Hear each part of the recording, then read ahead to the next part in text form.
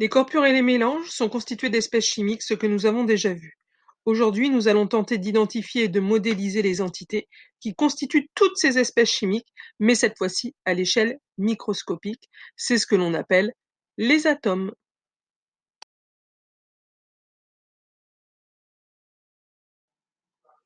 Nous sommes aujourd'hui capables de voir ce qu'il y a à l'intérieur de l'atome grâce au microscope à effet tunnel. Nous savons donc qu'à l'intérieur du noyau de cet atome, il y a des protons et des neutrons, et que ceux-ci sont constitués de quarks. Et il y en a encore plein d'autres à connaître, mais qui ne sont pas au niveau de la seconde. Pour parvenir au modèle de l'atome que nous connaissons aujourd'hui, des générations de scientifiques ont apporté leur contribution. Et cela fait très longtemps que l'on connaît les atomes, depuis Démocrite en -400 avant Jésus-Christ, jusqu'à maintenant, où nos connaissances continuent d'évoluer. Depuis Démocrite, où l'atome était une petite particule indivisible, jusqu'à aujourd'hui, après Bohr, nous avons aujourd'hui adopté le modèle de Schrödinger pour lequel nous pensons que l'électron se trouve à un certain endroit autour du noyau. C'est ce que l'on appelle le cortège électronique.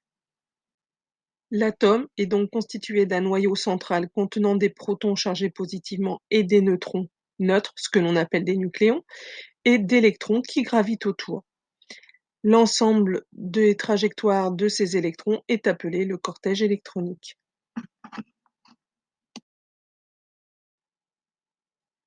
Afin de faciliter la compréhension et la représentation des atomes, nous avons mis en place une représentation conventionnelle du noyau.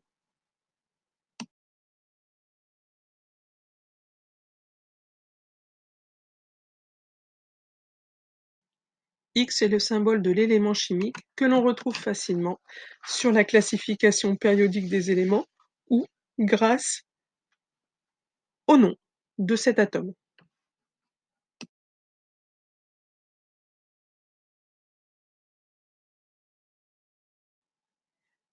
L'atome est globalement neutre, même si son noyau est chargé positivement, composé de protons positifs et de neutrons neutres, et que son nuage électronique est constitué d'électrons.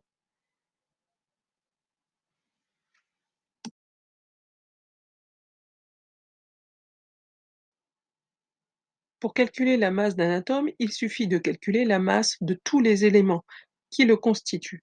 Or, la masse des protons et des neutrons étant largement supérieure à celle de l'électron, la masse de l'atome est donc concentrée dans son noyau.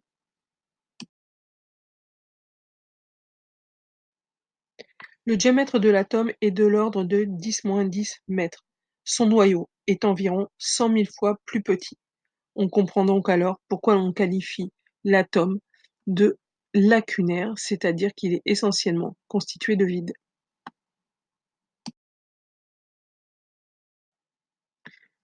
Vous avez donc, grâce à cette vidéo, pu acquérir de nouvelles connaissances sur l'atome. Il ne vous reste plus à présent qu'à compléter votre fiche de cours. À bientôt.